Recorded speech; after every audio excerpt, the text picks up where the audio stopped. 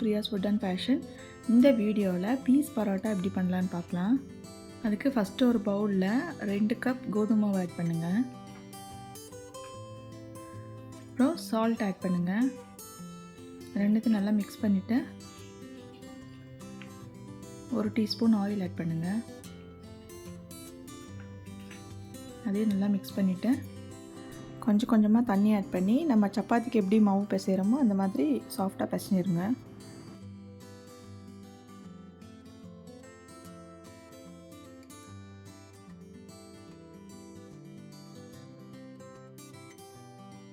இந்த மாதிரி சாஃப்டாக பிசைஞ்சிருங்க. மேலே வந்து 1 டீஸ்பூன் ஆயில் ஆட் பண்ணி அதை நல்லா ஸ்ப்ரெட் பண்ணிவிட்டு ஒரு 1/2 hour ஊற வச்சுருங்க. செகண்ட் ஸ்டெப் என்னென்னா, ஒரு பேனில் 2 டேபிள் ஸ்பூன் ஆயில் ஆட் பண்ணுங்கள். அதில் 1/2 டீஸ்பூன் சீரகம் ஆட் பண்ணுங்கள். அது லைட்டாக பொரிஞ்சதும் ஒரு 3 பல் பூண்டு, 1 இன்ச் அளவுக்கு இஞ்சி, 1 பச்சை மிளகாய், இது 3ஐயும் சாப் பண்ணிட்டு ஆட் பண்ணுங்கள். இல்லைனா நீங்கள் இஞ்சி பூண்டு பேஸ்ட் கூட ஆட் பண்ணலாம். இது எல்லாத்தையும் நல்லா வதக்கிக்கோங்க. நெக்ஸ்ட்டு ஒரு சின்ன சைஸ் வெங்காயத்தை இந்த மாதிரி சாப் பண்ணிட்டு ஆட் பண்ணுங்கள். அதையும் நல்லா வதக்கிக்கோங்க. நான் இந்த சின்ன கப்பில் 1 கப் ஃப்ரெஷ் பச்சை பட்டாணி எடுத்துருக்கேன். இன்கேஸ் நீங்கள் ஸ்டஃபிங் ஜாஸ்தி பண்ணுறீங்கன்னா பச்சை பட்டாணியும் நீங்கள் ஜாஸ்தி ஆட் பண்ணலாம். இதை ஆட் பண்ணி இதை நல்லா வதக்கிக்கோங்க. நெக்ஸ்ட்டு 1/4 டீஸ்பூன் மஞ்சள் தூள், 1/2 டீஸ்பூன் சில்லி பவுடர். ஆல்ரெடி நம்ம பச்சை மிளகாய் ஆட் பண்ணியிருக்கோம். அதை பார்த்துட்டு நீங்கள் காரத்துக்கு தகுந்த போல் ஆட் பண்ணிக்கோங்க.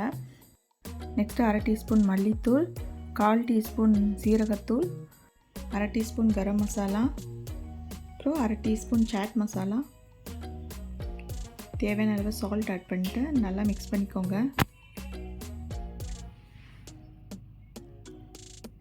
நெக்ஸ்ட்டு 1/4 டீஸ்பூன் பெருங்காயத்தூள் ஆட் பண்ணுங்கள். அதையும் நல்லா மிக்ஸ் பண்ணிக்கோங்க.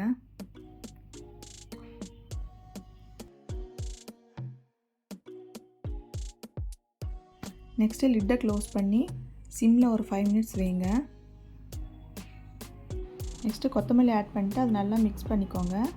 நெக்ஸ்ட்டு கேஸ் ஆஃப் பண்ணிவிட்டு இது வந்து ஆறுனதுக்கப்புறம் மிக்ஸி ஜாரில் ஆட் பண்ணி அதை வந்து நைஸாக அரைக்காமல் கொஞ்சம் குறகுறப்பாக அரைச்சிக்கோங்க. நெக்ஸ்ட்டு உங்களுக்கு எந்த சைஸ் வேணுமோ அந்த சைஸ்க்கு பால்ஸாக உருட்டிட்டு அதை வந்து இந்த மாதிரி சப்பாத்தி கல்லில் வச்சு இந்த மாதிரி கொஞ்சம் திக்காக தேய்ச்சிக்கோங்க. இந்த அளவுக்கு தேய்ச்சதுக்கப்புறமா நம்ம பண்ணி வச்ச அந்த ஃபில்லிங்கை வந்து இதில் ஆட் பண்ணிவிட்டு ஓரத்தில் அந்த மாவு வந்து நான் வீடியோவில் காட்டுற மாதிரி பண்ணிக்கோங்க. பண்ணிவிட்டு அதை லைட்டாக ப்ரெஸ் பண்ணி விடுங்க. நெக்ஸ்ட்டு மேலே கொஞ்சம் மாவு தூவி இதை வந்து ஜென்டலாக ரோல் பண்ணுங்கள். ரொம்ப அழுத்தி பண்ணுறாதீங்க, அந்த ஸ்டஃபிங் வெளியே வந்துடும். இந்த மாதிரி ஜென்டலாக பண்ணுங்கள். நம்ம எந்த அளவுக்கு மாவு எடுக்கிறோமோ அந்த அளவுக்கு ஃபில்லிங் இருக்கணும்.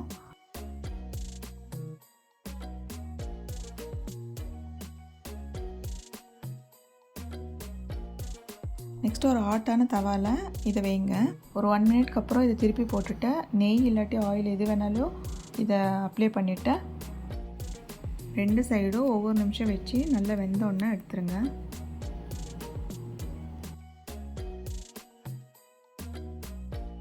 நெக்ஸ்ட்டு இந்த மெத்தட்லேயும் மாவு ரோல் பண்ணலாம். இப்போ நாங்கள் வீடியோவில் காட்டுற மாதிரி பண்ணலாம். உங்களுக்கு எந்த மெத்தட் ஈஸியோ அந்த மெத்தடில் பண்ணுங்கள்.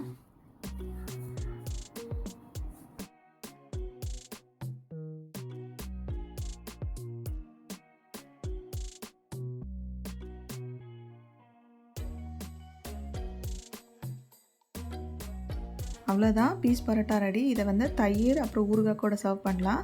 இது உங்கள் வீட்டில் ட்ரை பண்ணி பாருங்கள்.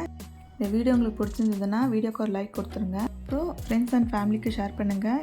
மறக்காமல் பிரியாஸ் ஃபுட் அண்ட் ஃபேஷனை சப்ஸ்கிரைப் பண்ணிக்கோங்க. தேங்க்ஸ் ஃபார் வாட்சிங். பாய்.